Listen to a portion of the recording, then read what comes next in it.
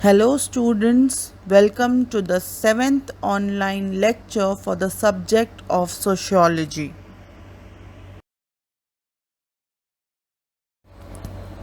We started with the second chapter of our textbook, that is Segments of Indian Society, in the last lecture.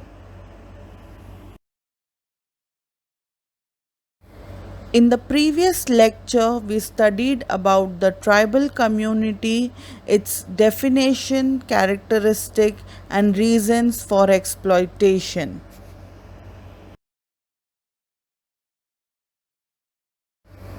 In this lecture, we will study about the problem faced by tribal community.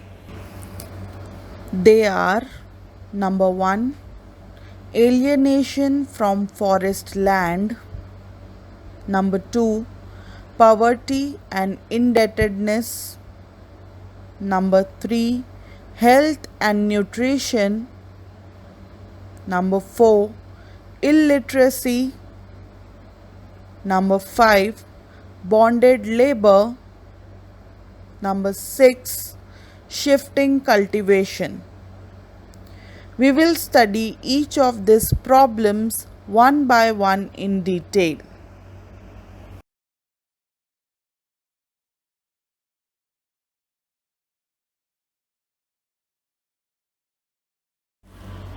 First tribal problem is alienation from forest land.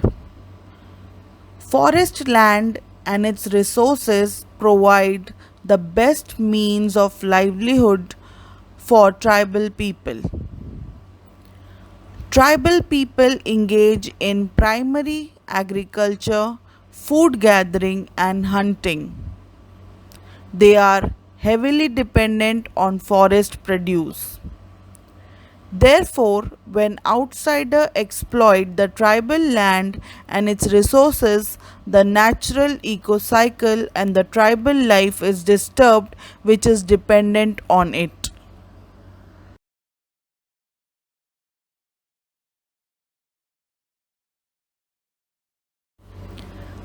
The history of land alienation among the tribes began during British period.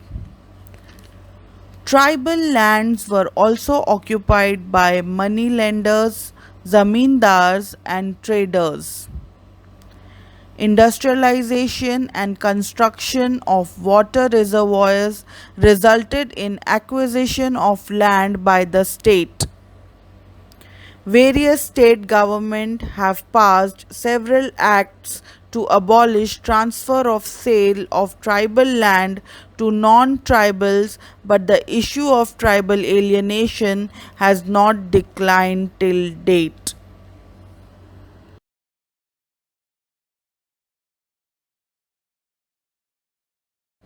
Second tribal problem is poverty and indebtedness. A majority of tribal people lives below poverty line. They practice simple occupation based on primitive technology. Most occupations fall into the primary categories such as hunting, food gathering, and agriculture. Due to backward tools and techniques, their productivity is very less. There is no profit nor surplus making in such economy.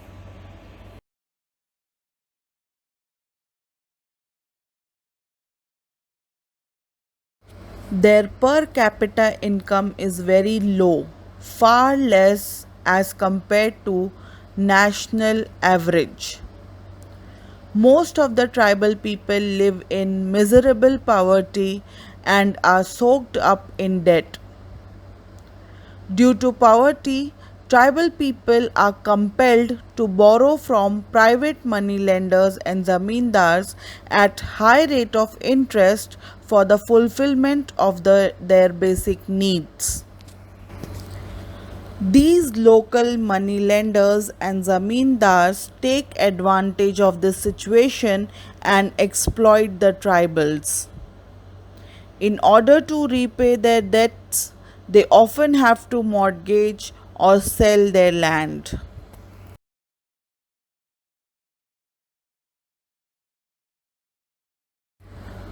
Third tribal problem is health and nutrition.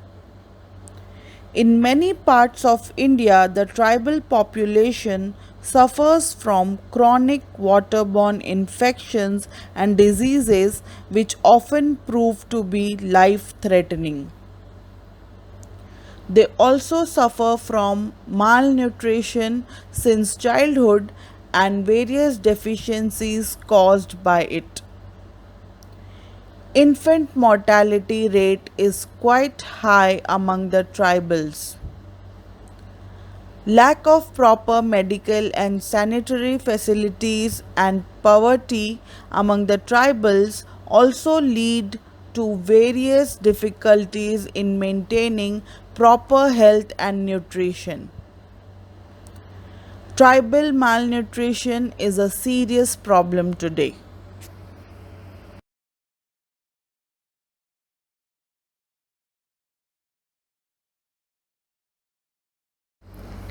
Fourth tribal problem is illiteracy. Illiteracy is a major hindrance or obstacle towards tribal development. One of the reasons why tribal people are illiterate is because their language does not have any script. Even school hours often clash with agricultural and wage earning activities of children. Children are considered as economic assets and are expected to supplement their parents' income.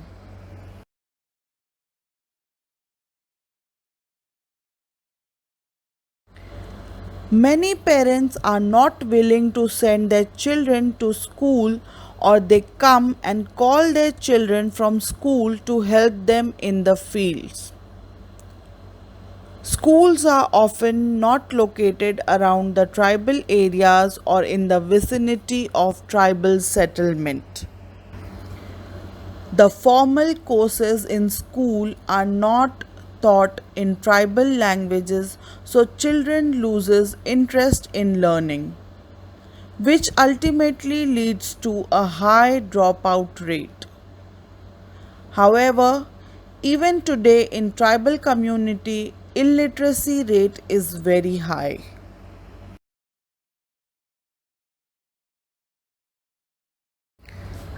Fifth tribal problem is bonded labor.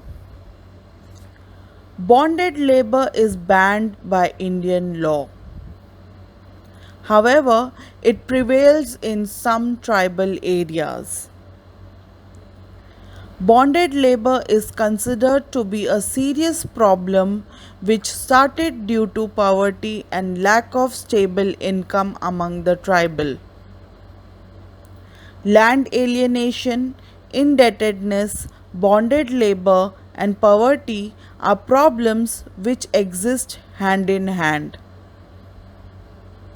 Due to the efforts of the government and voluntary organizations, many tribals are being freed from this problem.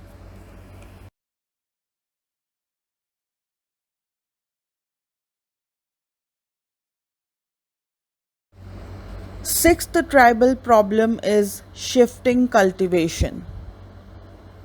Since it involves large scale deforestation and soil erosion, shifting cultivation is a problem among tribal community.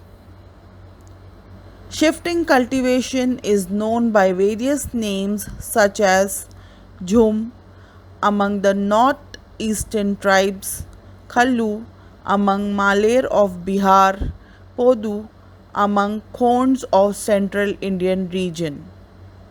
These were the problems of tribal community.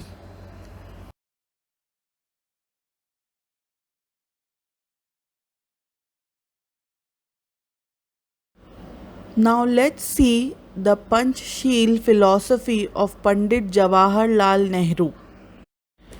With the beginning of 5-year plans, the concern for tribal development has always been high on the government's agenda. The first Prime Minister, Pandit Jawaharlal Nehru, took a great deal of interest in tribal development. He also created long term guidelines in this regard. He strongly believed that development activity in the tribal areas should not take place at the cost of tribal heritage. This is evident from his views on tribal development termed as Panchsheel.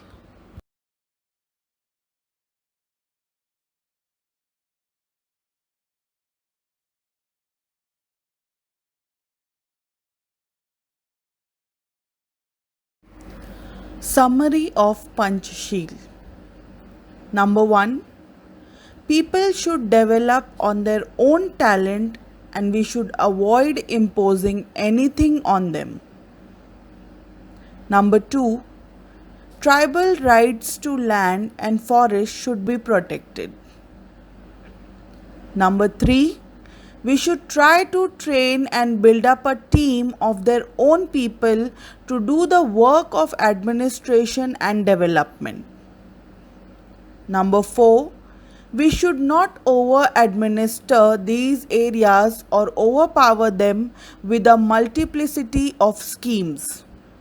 We should rather work together and not in rivalry with our own social and cultural institutions. Number 5. We should judge the results not by statistics or the amount of money spent on them, but by the quality of human life that is evolved. No doubt, in keeping with these broad guidelines and the provisions of the Constitution, a number of special schemes and programs have evolved.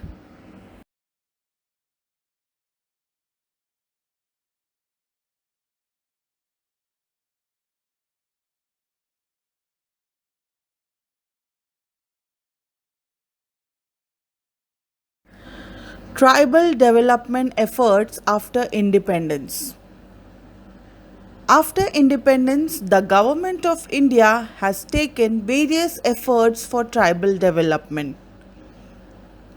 The government made available funding of tribal development programs, that is, state plan, special central assistance, sectorial programs of central ministries, department and institutional finance.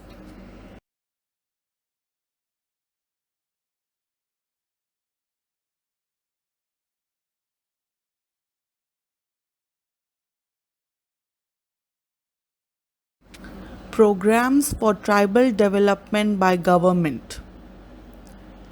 Construction of hostels for tribal students, educational complex in low literacy pockets for women in tribal areas. This scheme provides complete financial assistance to NGOs, organizations established by government as autonomous bodies, educational and other institutions like cooperative societies to establish educational complexes in identified districts.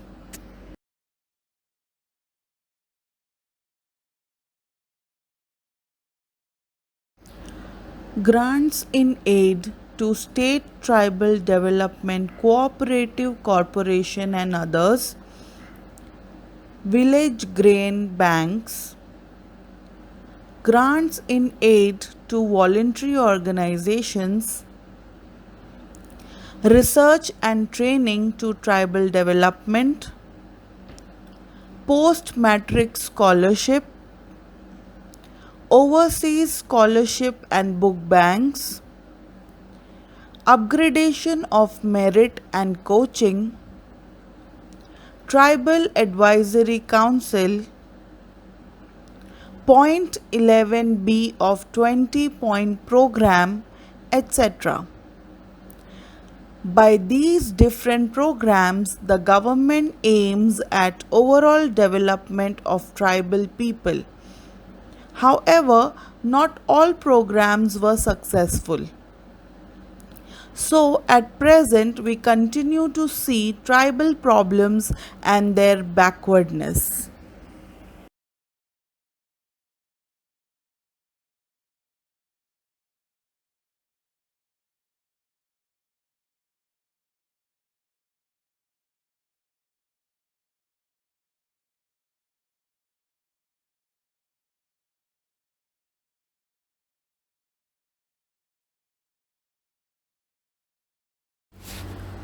Constitutional provisions for tribal community.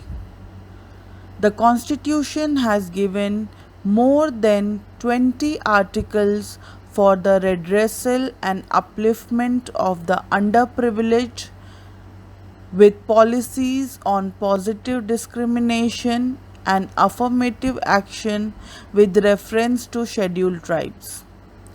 They have helped in the educational development of the tribe. The following table shows the article number and the provision made by the Constitution. Let's go through it. Article number 14 confers equal rights and opportunities to all. Article number 15 prohibits discrimination against any citizen on the grounds of sex, religion, race, caste, etc. Article number 15, Clause 4 states to make special provisions for advancement of any socially, educationally backward classes. Article number 16, Clause 4 empowers the state to make provisions for reservation in appointments or posts in favor of any backward class of citizens which, in the opinion of state, is not adequately represented. Article number 22, Clause 2 73rd and 74th Amendments to ensure effective participation of tribals in the process of planning and decision making. Article number 46 state to promote with special care the educational and economic interest of the weaker section, especially the scheduled tribe, and protect the social injustice and all forms of exploitation. Article 244, Clause 1 tribal welfare committees to be set up for the welfare of the tribes. Extension to Scheduled Areas Act 1996. Amendments to the Constitution are extended to the scheduled areas through panchayats. Article 275 grant in aid for promoting the welfare of scheduled tribes and raising the level of administration in scheduled areas. Article 330 seats shall be reserved in the House of the People. Article 332 reservation of seats for scheduled caste and scheduled tribes in the legislative assemblies of the states. Article 335 stipulates the claims that the members of the scheduled caste and the scheduled tribes shall be taken into consideration consistently with the maintenance of efficiency of administration in the making of appointments to the services and posts in connection with the affairs of the union or of a state.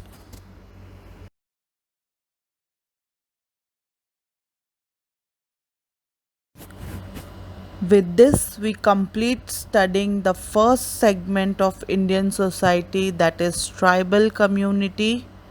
The other two segments, that is rural community and urban community, will be covered in the lectures to come. Thank you.